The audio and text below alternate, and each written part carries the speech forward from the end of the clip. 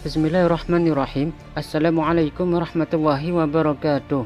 Alhamdulillahirabbil alamin. Segala puji bagi Allah yang memiliki alam semesta ini, dan kami curahkan kepada junjungan kita Nabi besar Muhammad SAW dan kepada para sahabatnya. Sahabat beriman yang dimuliakan oleh Allah Subhanahu wa taala, neraka disiapkan bagi musuh-musuh Allah yang ingkar kepadanya. Puncak kedahsyatan siksa dan penghinaan ada di sana. Tidak ada penolong dan pelindung darinya. Tidak ada yang kuat menahan pedihnya siksa, walau yang paling ringannya.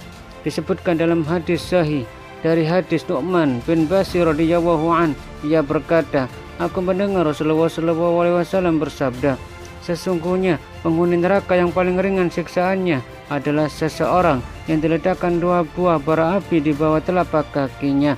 Seketika otaknya mendidih. Muttafaq alaih. Sebagian tambahan Al-Bukhari, sebagaimana mendidihnya kuali dan periuk.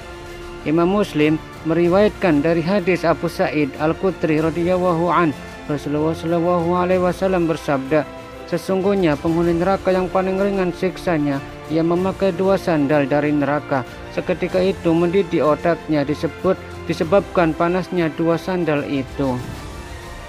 Dan hadis Rasulullah SAW, sesungguhnya penghuni neraka yang paling ringan siksaannya adalah seseorang memiliki dua sandal dan dua tali sandal dari api neraka. Seketika otaknya mendidih karena panasnya sandal tersebut. Sebagaimana kuali mendidih, orang tersebut merasa bahwa tak ada seorang pun yang siksaannya lebih pedih daripadanya. Padahal siksaannya adalah yang paling ringan di antara mereka. Hadis riwayat Muslim. Dalam hadis Ibnu Abbas radhiyallahu an, siksa ditimpakan kepada Abu Thalib, paman Nabi SAW, yang mendapatkan syafaat dari keponakannya sehingga diringankan siksanya. Rasulullah SAW bersabda, penduduk neraka paling ringan siksaannya adalah Abu Thalib. Dia memakai dua sandal dari neraka, seketika mendidih otaknya. Hadis riwayat Muslim. Namun perlu diingat bahwa orang yang disiksa dengan siksa paling ringan atau diringankan siksaannya di akhirat sampai pada siksa paling ringan, ia tidak merasakan pengaruh dari keringanan tersebut, seolah-olah keringanan itu tak berguna bagi dirinya. Hal ini dikuatkan dengan ucapannya. Orang tersebut merasa bahwa tak ada seorang pun yang siksaannya lebih pedih daripadanya. Hadis riwayat Muslim. Padahal siksa yang ia dapatkan adalah seringan-ringannya siksa di sana.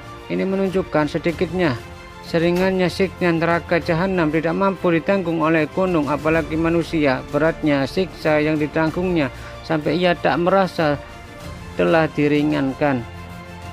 Pelajaran bagi kita, jika seorang hamba bertambah pengetahuannya terhadap neraka, pasti meningkat rasa takutnya terhadap neraka. Jika rasa takut ini meningkat, maka harus bertambah kesalehan dan perhatiannya terhadap waktunya. Karena kerugian di akhirat adalah sebesar-besar kerugian, sehingga ia menangis sampai air matanya menggenang laksana sungai. Sesungguhnya penduduk neraka akan menangis sehingga seandainya kapal berlayar di atas air matanya, maka ia akan berjalan. Mereka menangis darah sebagai pengganti air mata. Hadis riwayat Al-Hakim. Beliau berkata, sahih isnad, penyesalan di akhirat adalah penyesalan yang tiada terkira, sampai-sampai digambarkan mereka menggigit tangannya sendiri sebagai bentuk penyesalan dan kerugian berangan-angan. Kalau saja ia dikembalikan lagi ke dunia, maka ia akan menjadi orang beriman yang baik, namun penyesalan itu tak lagi ada gunanya. Dan ingatlah hari ketika itu orang yang alim menggigit dua tangannya seraya berkata, aduhai, kiranya dulu aku mengambil jalan bersama-sama Rasul. Quran surah Al-Furqan ayat 27. Dan Allah Subhanahu wa taala berfirman, dan jika kamu Muhammad melihat ketika mereka dihadapkan ke neraka, lalu mereka berkata, kiranya kami dikembalikan ke dunia dan tidak mendustakan ayat-ayat Tuhan kami, serta kami akan menjadi orang-orang yang beriman. Quran surat Al-An'am ayat 27.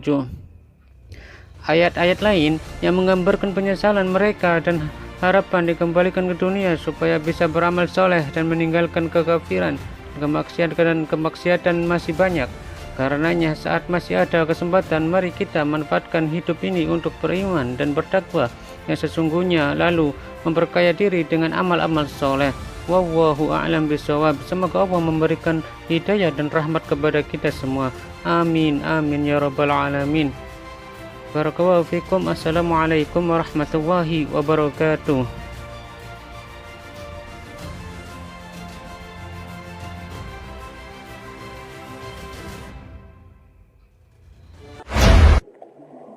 Mm-hmm.